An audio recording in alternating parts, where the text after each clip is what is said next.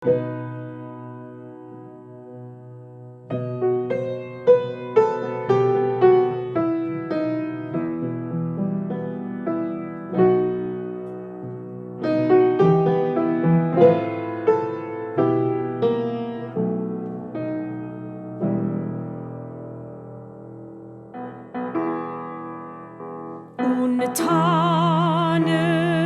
Tokef krushat hayom ki hu nora ve'ayom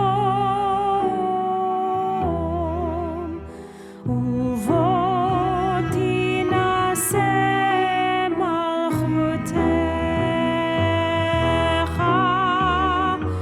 v'yikon v'chesed kis'echa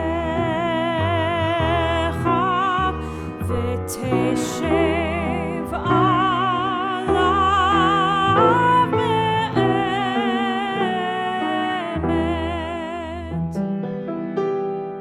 Let us proclaim the power of this day, a day whose holiness awakens deepest awe and inspires highest praise for your dominion. For your throne is a throne of love, your reign is a reign of truth. In truth, you are judge and plaintiff, counselor and witness. You inscribe and seal, you record and recount, you remember all that we have forgotten. And when you open up the book of memories, it speaks for itself.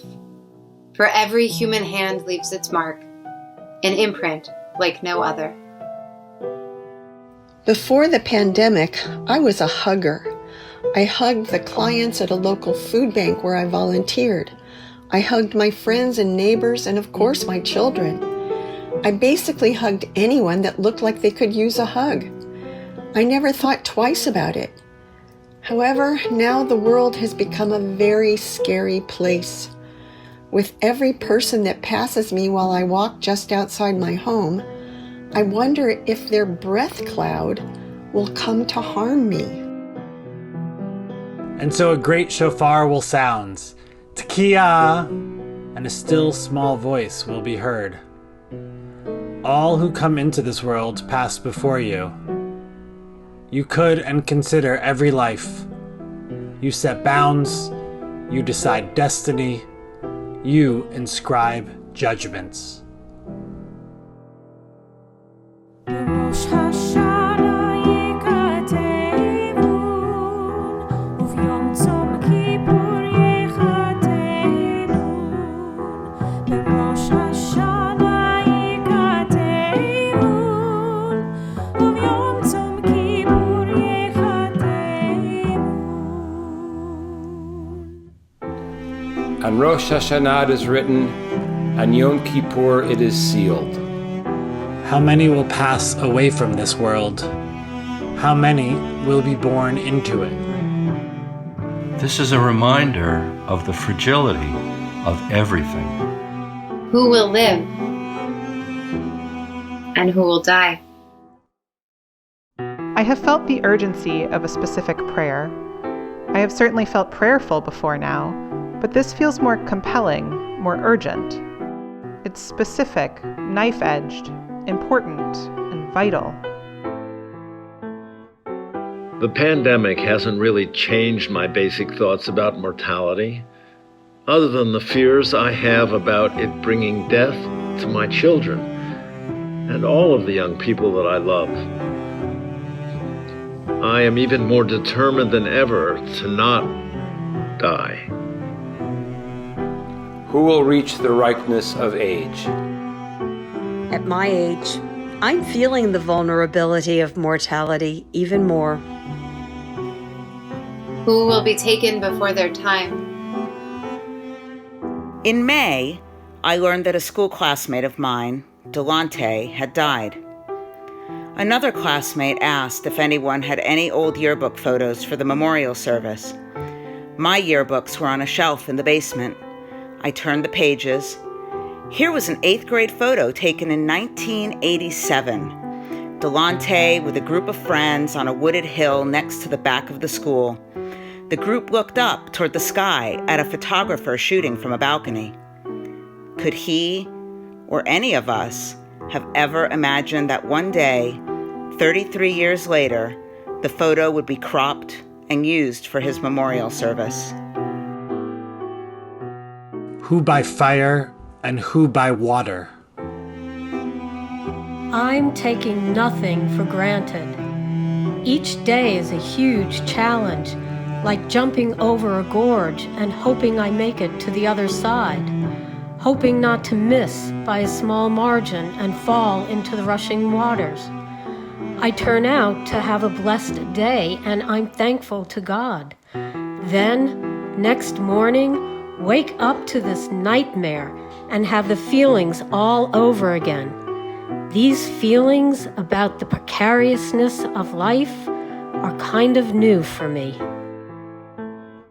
Who by war and who by beast, who by famine and who by drought.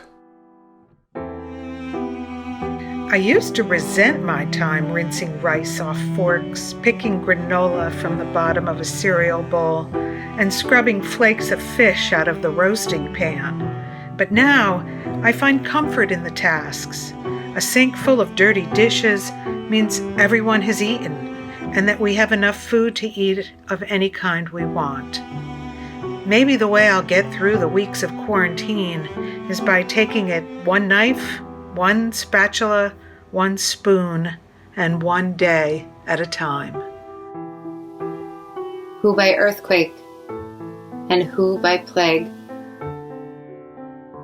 These words feel more ominous, closer, more oppressive. Contracting the disease feels so random and mercurial. You can catch it from people who don't have symptoms. You can't see it coming. It's in the air, invisible, until you catch it, and then you can't breathe. It's almost a metaphor for everything we see going on in the country, lurking below the surface until it rises up and annihilates everything in its path. Who by strangling and who by stoning? Who will rest and who will wander? I've been so constrained and constricted, which has been particularly difficult given all the tumult that has surrounded us. On the other hand, the pandemic has allowed us to focus on what's happening in front of our eyes. As injustice after injustice piles up, we can't escape seeing it. Who will be calm and who tormented? Who will be tranquil and who will be troubled? I feel powerless thinking about how I can't protect my family and friends from getting COVID. I feel powerless that I can't stop the systemic racism that has destroyed the lives of so many Americans. Who will live in poverty and who in prosperity? Who will be humbled and who exalted? What's more important is how we relish every conversation with our distant family members and friends, as if they were taken away from us and we're getting them back again. It's made us realize how fragile we are as humans. I was diagnosed with cancer during the high holidays 11 years ago. And each year, I always feel fortunate to be among those on earth alive. The pandemic has been brutally clarifying and a motivation to double down on my efforts to live the best life I can in the time I have left.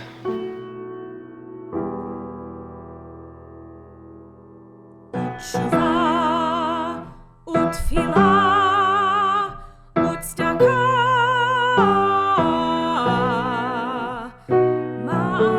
מעבירים את רוע הגזירה.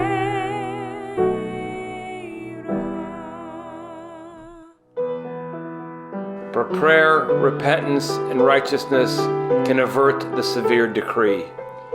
You're everything that we praise you for, slow to anger, quick to forgive. You urge us to return from our ways and live. We who are mortal, our origin is dust, and so is our end. We wear out our lives to get our bread like a flower that must fade. But for you, ever-living sovereign, time has no limits. Your name is worthy of you, and you are worthy of your name, and our name you have linked with yours.